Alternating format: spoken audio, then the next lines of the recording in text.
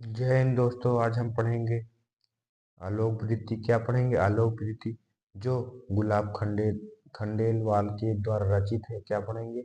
आलोक वृत्ति जो board exam में बोर्ड एग्जाम में जो आता है, क्या कहते हैं, ये सब क्वेश्चन जो होते हैं, हिंदी है, क्लास 12 की हिंदी है। ये सब जो क्वेश्चन होते हैं जो हर साल आते हैं, हर साल बोर्ड एग्जाम 2025 में आएगा, 2024 में भी आया, 23 में, हर साल आता है। तो ये सब नंबर हमारा फिक्स रहता है। जैसे गुलाब खंडेलवाल है तो जो कहाँ कहाँ पूछा जाएगा, इलाहाबाद में, अलीगढ़ में, सहारनपुर में, फर्रुखाबाद में, मैनपुरी में, मिर्जापुर में, सीतापुर में, आदि जिलों में पूछा जाएगा। ये जो है इन्हीं जिलों में खाली पूछा जाएगा। अलग और जिले वाले लिख देंगे तो गलत हो जाएगा। तो आज हम पढ़ते हैं, जो जो इस जिले में होगा वो अपना ध्यान देगा। तो हम पढ़ते हैं गुलाब खंडेलवाल द्वारा रचित। आखिर क्वेश्चन जो होता है कैसे पूछा जाता है बोर्ड एग्जाम में, देखिए। आलोक वृत्ति का कथा अनुसार अपने शब्दों में लिखिए। आलोक वृत्ति खंड का आपकी प्रमुख घटना लिखिए, प्रकाश डालिए, सारांश सब शब्दों में लिखिए। 1942 की क्रांति की लिखिए जो इम्पोर्टेंट है, जो 19 में, 13 में, 11 में, 10 आदि सब में आया था। उसके बाद आलोक वृत्ति काव्य की रचना गुलाब खंडेलवाल द्वारा रचित महात्मा गांधी की जीवन पर आधारित है। ये क्या लिखेंगे? ये उसका मतलब संदर्भ लिखेंगे कि कौन लिखा था और कौन से पाठ का था। तो आलोक वृत्ति है, गुलाब खंडेलवाल द्वारा रचित है। तो अब हम इसका पढ़ेंगे, गांधी जी का चरित्र।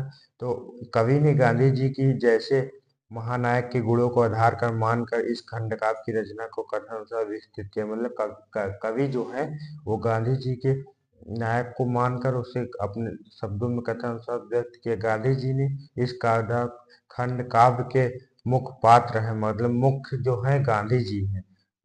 गौड़ पात्रों का चित्रण कवि नायक के चरित्र की विशेषताओं को प्रकट करने के लिए किया। खंड काव्य गांधी जी की फल प्रकाश स्वरूप, क्योंकि इन्होंने अपने सद्गुणों की सद्विचारों से भारतीय संस्कृति की चेतनाओं को प्रकाशित किया है। कवि ने गांधी जी के माध्यम से साहित्य, अहिंसा, प्रेम आदि भावनाओं के पाठकों के मन में जागृत करने का प्रयास किया है। यह खंड काव्य गांधी जी के जीवन चरित्र, सिद्धांतों, गुरु दर्शनों पूर्व पूर्ण स्वरूपेण परिभाषित करता हुआ साहित्यिक एवं दार्शनिक खंडकाव्य है। इस खंडकाव्य की कथानुसार को कवि ने 8 सर्गों में विभाजित किया। मतलब ये है जो ये लिखा है गांधी जी के बारे में, पूरा इतना बताया। उसके बाद अब 8 सर्गों में विभाजित। सर्ग क्या होता है? जो छोटे छोटे पार्ट होता है उसको विभाजित कर दीजिए, जैसे छोटे छोटे सर्ग। जैसे प्रथम सर्ग में हेडिंग बना बना के लिखे भारत स्वर्णिम अतीत, इसको हेडिंग यहाँ पर बना के लिखेंगे। 1869 ईस्वी में महात्मा गांधी का जन्म पोरबंदर नामक ग्राम में हुआ था। गांधी जी का जन्म पोरबंदर नामक ग्राम में 1869 ईस्वी में हुआ था। गांधी जी का व्यक्तित्व इतना प्रभावशाली था कि समस्त दानवीय एवं प्राश्विक शक्तियां भी उनके समान टिक न सकी। ब्रिटिश शासन भयभीत हो गया, जो अंग्रेजी शासन था वो भी डर गया। गांधी जी ने अपने साहस और शक्ति के शासन के क्रूर, अत्याचारी और दमनात्मक कार्य से पीड़ित जनता को शक्ति प्रदान की।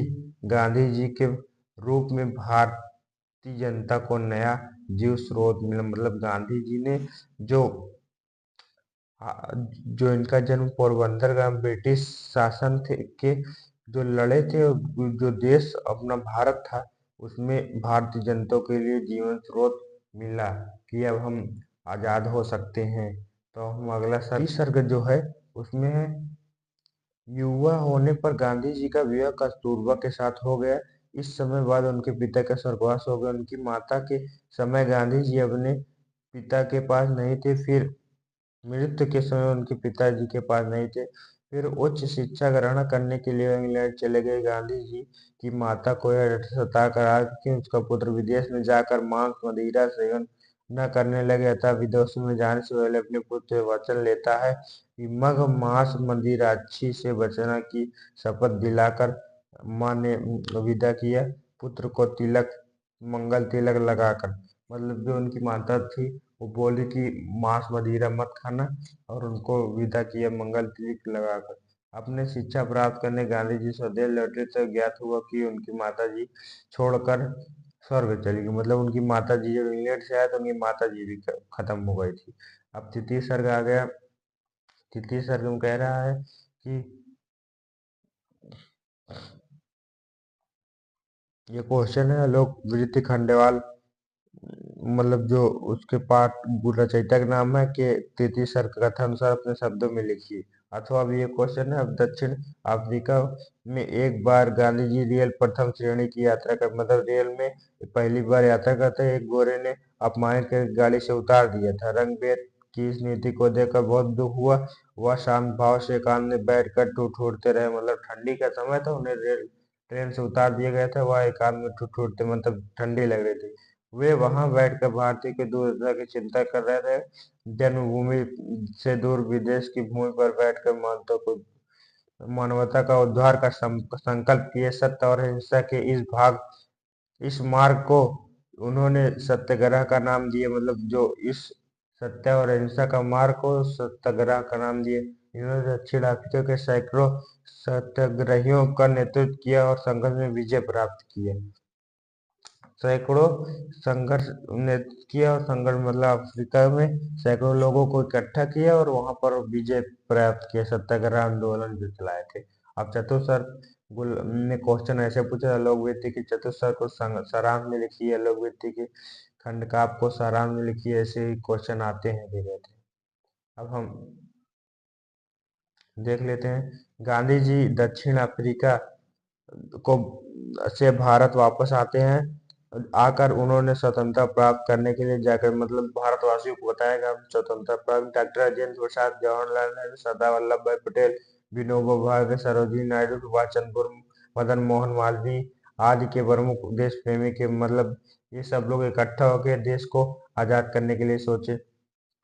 गांधी जी के आह्वान पर पूरा देश का एकजुट होकर सत्याग्रह तैयार के लिए जुट गए। गांधी जी ने चंपारण नील की खेती को ले आंदोलन प्रारंभ किया, जिसमें वह सफल रहे। उसके भाषण सुनकर विदेश सरकार विस्मित, मतलब उसके जो भाषण सुन के विदेशी सरकार चिंतित हो गई। इस आंदोलन में सरदार वल्लभ भाई पटेल व्यक्तिगत अच्छी निकाय का सामने आया, मतलब सरदार वल्लभ भाई पटेल ने अच्छी भूमिका निभाई अपने इस आजादी के लिए। पर जो पंचम सर्ग है उसमें आलोक वृत्ति खंडवाल में पंचम सर्ग अशोक का पंचम सर्ग को अपने तो गांधी जी के नेतृत्व में अधीनता आंदोलन निरंतर बढ़ता रहता था गया। गांधी जी ने दमन नीति भी बढ़ती गई। गांधी जी ने ओज सभी भाषण से भारतीयों की नई स्तूपी कर दी, लेकिन अंग्रेजों की फूटी डालों का शासन कर नीति यंत्र तंगे करवा दिए। मतलब उनकी जो नीति थी उनको धीरे धीरे शासन बंद होने लगा अंग्रेजों की। और गांधी जी को उसके बाद जो पकड़ लिए थे, जेल में बंदी कर लिए थे, जेल में गांधी जी अस्वस्थ होकर उन्हें छोड़ दिए। मतलब जेल में जो गांधी जी बीमार हो गए थे, आश्वस्त कर उन्हें जेल से छोड़ दिए। बाहर आकर हरिजनों द्वारा हिंदू मुस्लिम एकता, मतलब हरिजन थे और हिंदू को एकता करने के लिए शराब मुक्ति, खादी प्रचार आदि रचनात्मक कार्य से लगे रहे। हिंदू मुस्लिम एकता के लिए गांधी जी किस दिन का उपवास रखा।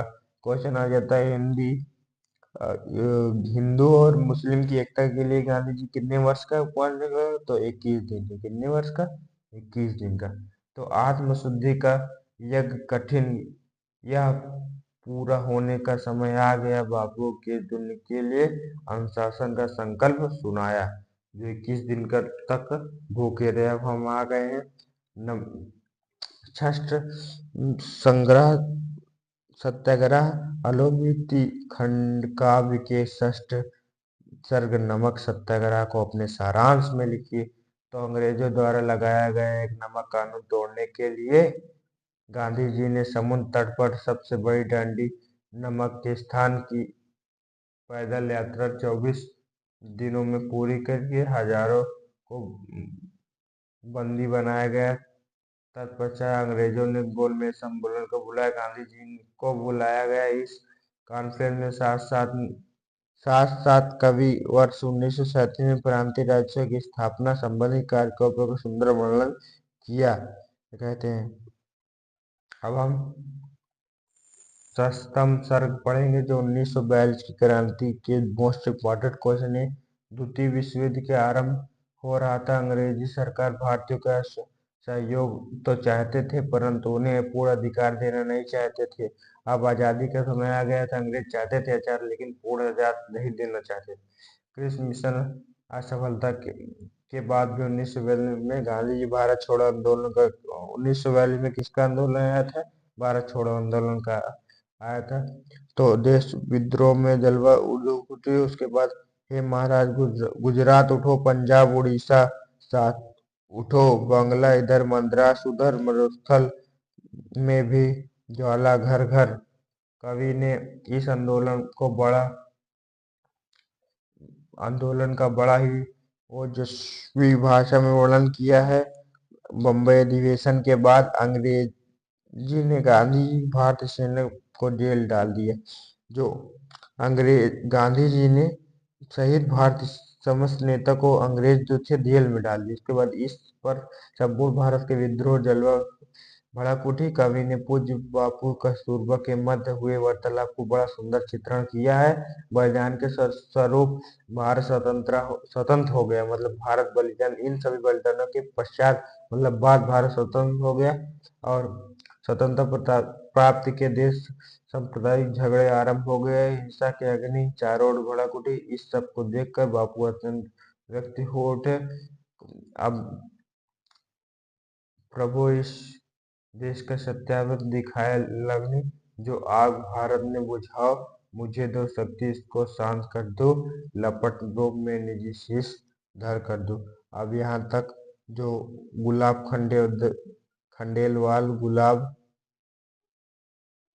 खंडेलवाल द्वारा रचित है। आलोक विरीति क्या है?